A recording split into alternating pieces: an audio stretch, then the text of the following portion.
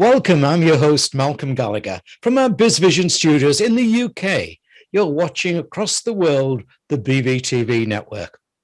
It will soon be 30 years since the first internet site and 50 years since the world's first microprocessor.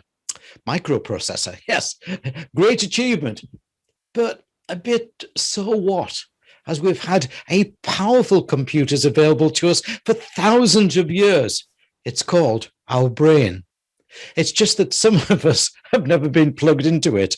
As we run up to Mental Health Awareness Week in May, and so many leaders and their people have suffered and are suffering from some form of mental anguish as a result of the pandemic and its shockwave, I thought it helpful to us all to go to the heart of the solution, our brain. My guest today is an expert in, let's call it, having a healthy brain. So let's say hello to Cindy Shaw. Hello, Cindy. Hi, Malcolm. So great to be here today. And you are in a Commonwealth country. It's so nice to connect. You're in British Columbia, is that correct? I am. I'm in the interior of British Columbia, about 4 hours from Vancouver, and I live in one of the best places in the world. There's actually a lot of Brits that come and move here because it's sunny, it's hot, and we have lots of wine. I'm all for that. I've got that. But hey, listen, don't think you do. It's sunny here in the northeast of England this evening. But anyways, let's get on with our chat. I'm delighted to welcome you to BBTV, especially at this time when many of our business leaders are having to manage a perplexing and altered world. The brain and also mental health are serious matters. And so I don't want anyone to think that we can solve everything in one short show. But my aim with Cindy is to help you, my viewers and listeners, get those brain cogs whirring and get your thinking structured. In this BVTV talk show, I'll be talking to Cindy in 3 parts. First part, I'll ask her about the benefits of a healthy brain and the distinction between that and mental health. Then in part 2, I want to ask her how someone can, and in layman's terms, spot for themselves or their team members the likely need to take action on brain health.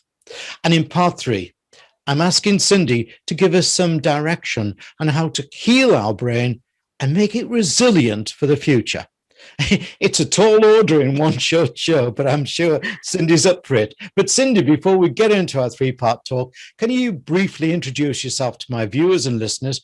Who is Cindy Shaw? What's the Brain Academy? And what were some of the elements of your journey that caused you to be where you are now?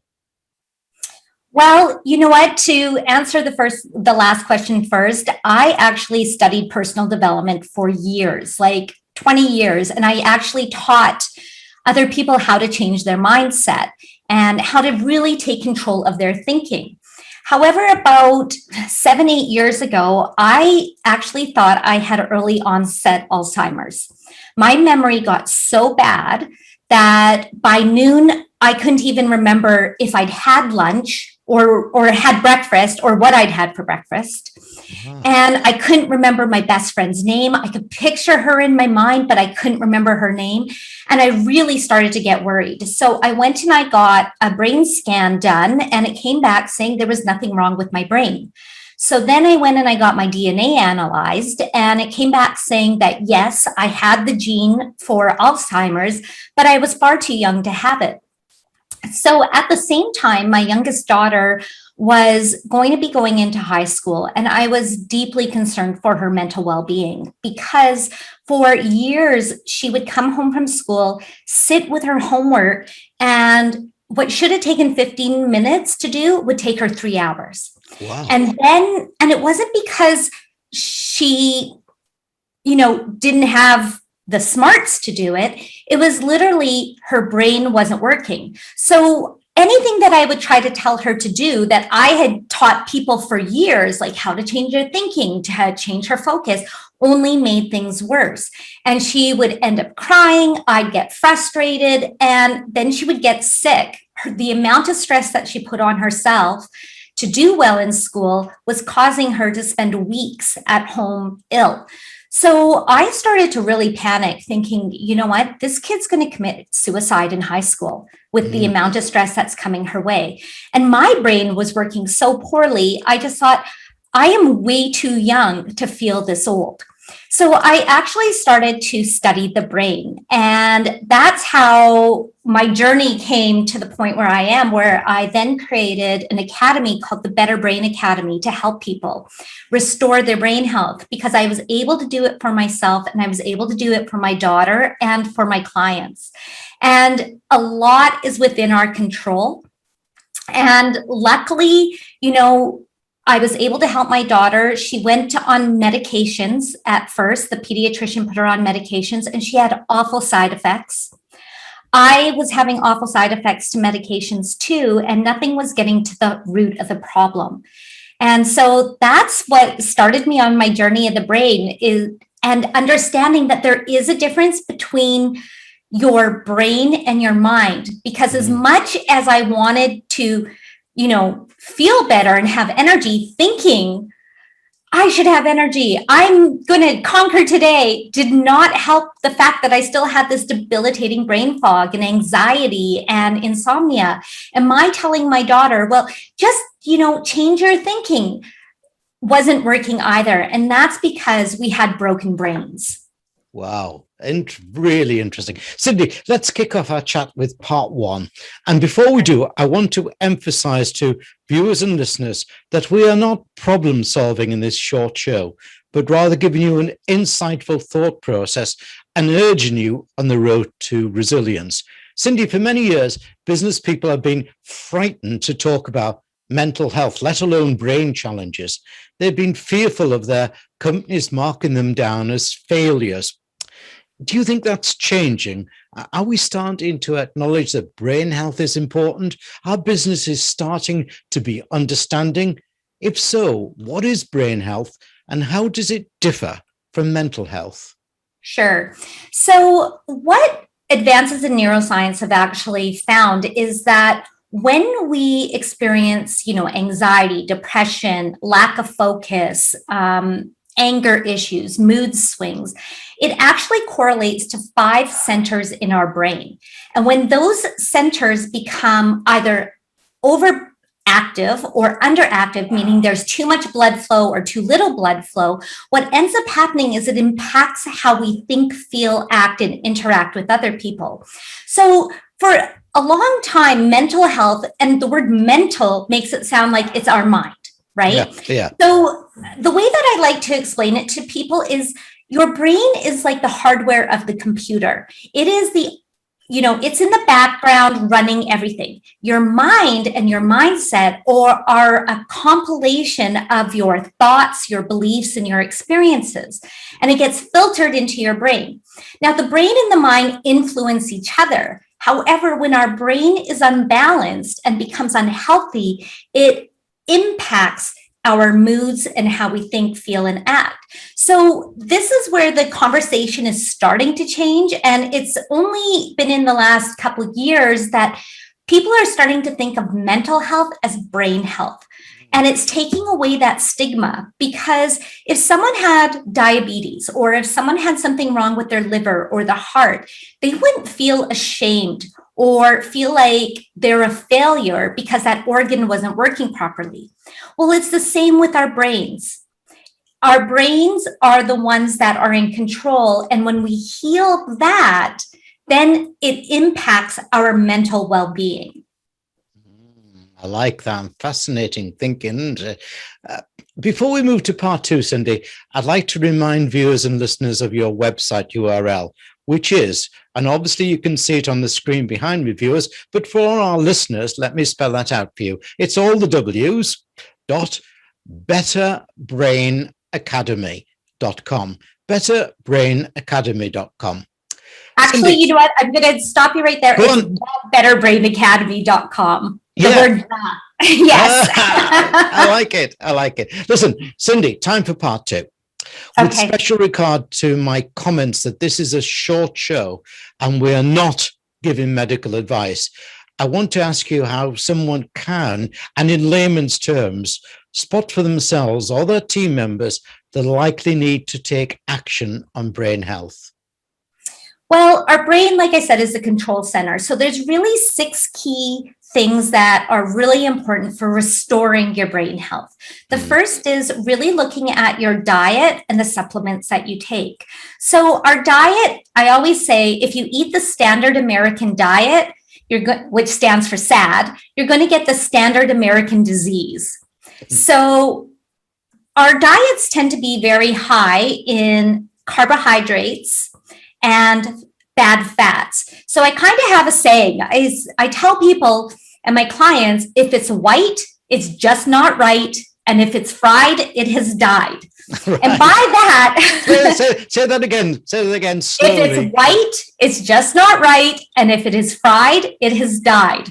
Right. So by that, I mean, if it's made with white flour, white sugar. So if you look at most bread, pasta, rice, cookies, donuts, crackers, all those things people love to eat, what it ends up doing is it spikes your blood sugar.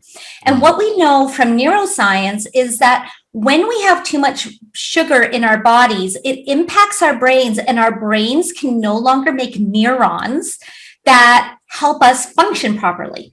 Right. So it actually stops your brain's ability to grow.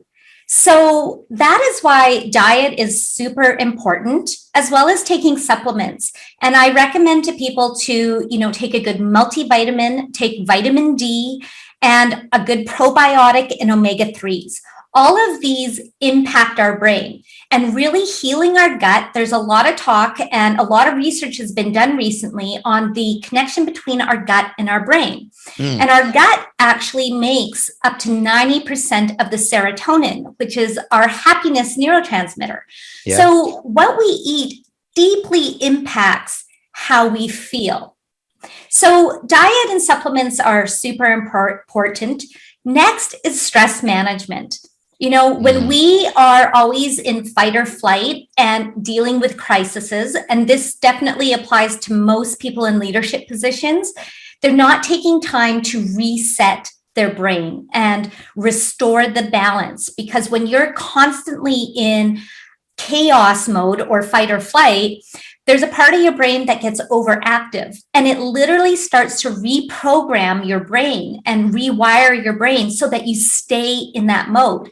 And this is where I feel that over the next, 6 months to a year, we're going to see a lot of mental health crises, because we have, as a global pandemic, we've been living in a state of fear.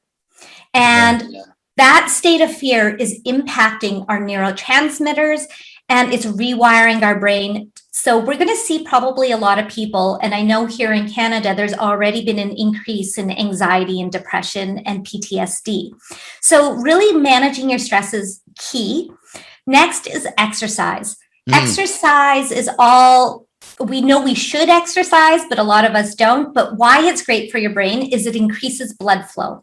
And the more that you have blood flow to your brain, the more that it actually increases activity in a certain part of your brain, which is the CEO part of your brain, called the prefrontal cortex. And when that is activated, you make better decisions, you have better judgment, you follow through on things. But when it's not activated, and say that fight or flight part of your brain, the amygdala, is overactive, you are impulsive, you make bad decisions, you can't regulate your emotions, you just don't follow through on things, you procrastinate. So exercise helps the blood flow go back to that part of the brain. Yeah. And then we have also sleep. Sleep is underrated, and it is one of the most important things for your brain. So aiming for 7 to 9 hours a night. And I always recommend to my clients, get off of all your devices at least an hour before you go to bed, because the blue light actually messes with your brain and the melatonin production that helps you fall asleep. So getting 7 to 9 hours is also important, because if you get less than 7 hours, what they have found is that our brain doesn't have time to clean out toxins. And that is what leads to dementia and Alzheimer's. And dementia and Alzheimer's actually takes decades to form. So getting good night's sleep is incredibly important. Knowing your numbers, meaning knowing what your vitamin D level is in your body, your hormones, your levels of inflammation, can all contribute to depression and anxiety and other mental health issues.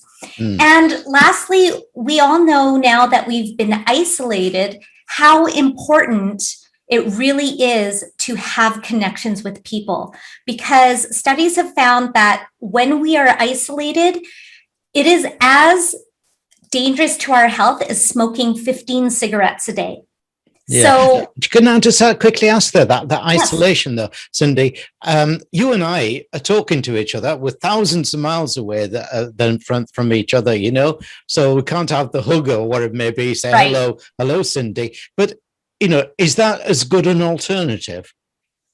You know what? It's harder, I find, just because it's a flat image, right? And our brains have to work really hard to make sense of all of the moving parts. It's not like when we're in person. So what I encourage people, if you can in your area, is even just go out for a walk. And if you stop in at a store with your mask on and just chat with someone, what it does is it starts to increase that oxytocin, which makes us feel connected to other people. Yeah. Or if you can call someone and go for a walk 6 feet away from each other. I mean, that's how I've been getting through the pandemic and really feeding and nurturing that sense of connection with other people, is doing things outdoors as much as I can. Hey, it's going to be exciting soon, though, because we'll be able to go back to the pub in the UK and then meet as many people as we want. It's exciting, isn't it? Awesome. I'm going to be up my bit. Cindy, time for part 3. And I know there's no generic solution or a magic pill for everyone, but I'm asking you to give us some clear leader direction and how to heal our brain. I know you've just given us a wonderful sort of things that we need to do, but to heal our brain, but most importantly, make it resilient for the future. I'm not just sorting it out now, but make it resilient for the future. Well, this really has to do with recognizing when you go into that fight or flight pattern and really reprogramming your brain. So let me just explain what happens to our brain when we are very stressed. And so we trigger a part of our brain called the amygdala. And this part of our brain has been there for thousands of years to keep us safe. And so I'm so sorry, working from home. And this is the beauty of online, isn't it? This new virtual world. And what do you, before viewers ask me later on, what do you call your dog? His name is Charlie. Charlie. Oh, Charlie, yeah. Charlie. And who's a little stinker. What type of Charlie is? What type of? He's a little Havanese. A what? A Havanese. Havanese. Oh. Yeah, they were bred in Cuba, Havana. Right. And what is hilarious is my dog hates the sun and he loves the snow. Right. Okay. Well, Charlie. Sorry about that. Listen in, Charlie. Continue about the resilience, please. Sure. So this mechanism in our brain was to keep us safe, so that if something jumped out in the bush, we had the ability to either fight it off, to flee, or in some cases we freeze, meaning that, you just play dead. And it's all a mechanism to keep us safe. Unfortunately, this mechanism in our brain is constantly being fired because of the world that we live in today, with social media and breaking news and 24/7 access to information from around the world. Our brains are actually being hijacked constantly. So what I recommend for people to stop that hijacking of your brain and stop that amygdala from being fired is to do some really conscious things, like putting down your devices more. I know it's hard because our devices are designed, and there's a movie called The Social Dilemma that I recommend people watch.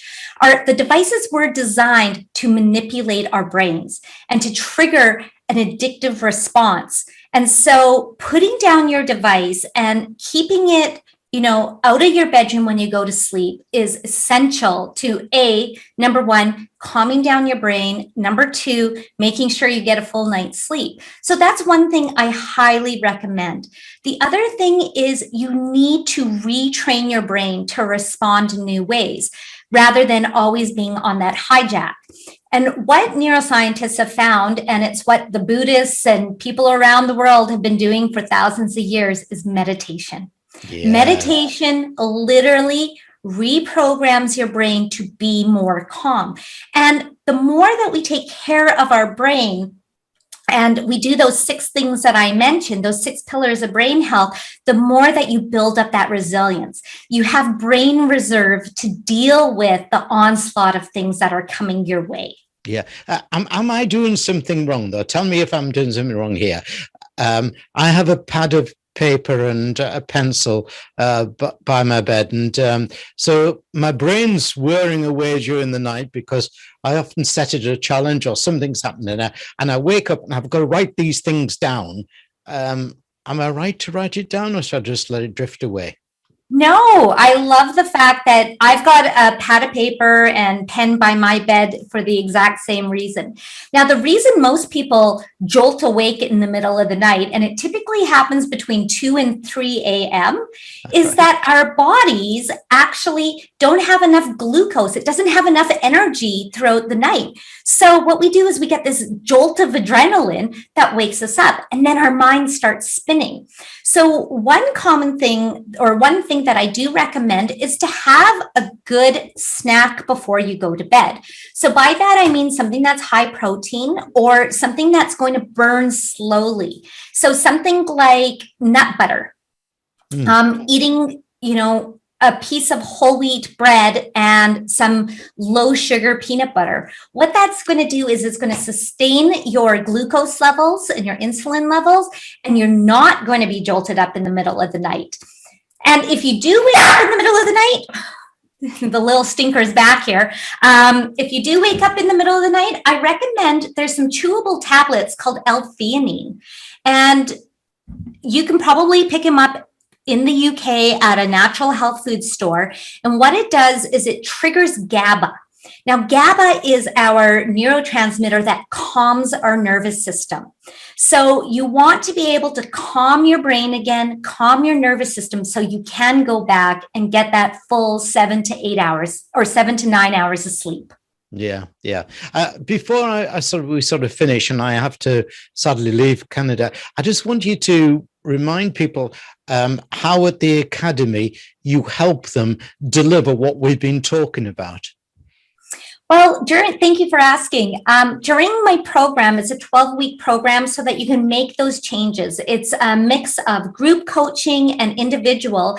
And what I do is I do some very comprehensive testing that is able to see what parts of your brain are balanced and what parts are unbalanced, because everybody's brain is different, and how you experience maybe anxiety or depression or how you deal with stress is going to be different than my brain. And so there's different protocols for dealing with those different parts of our brain. So we get very dialed in to a solution for you, and using natural supplements and herbs and diet that can really make a change. And then as we work through the different things that we can do to help heal our brain, we then move into from restoring our brain health to learning how to reset our mindset and retrain our brain. So we do that over a 12-week period and really give a comprehensive plan and approach that's specific to your brain. Brilliant. Yeah. Your brain can be the cause of many illnesses, but it also can be the solution for them. I trust that this short interview with Cindy Shaw from the Better Brain Academy has got yours both whirring and understanding. Do remember to take professional advice. So thanks, Cindy. Oh, and Charlie, for a truly insightful interview. Yeah, thank you. Thank you so much, Malcolm, for having me here. And I just want everyone to know that you are not stuck with the brain you have. You can fix your brain, and you can have a better brain and a better life.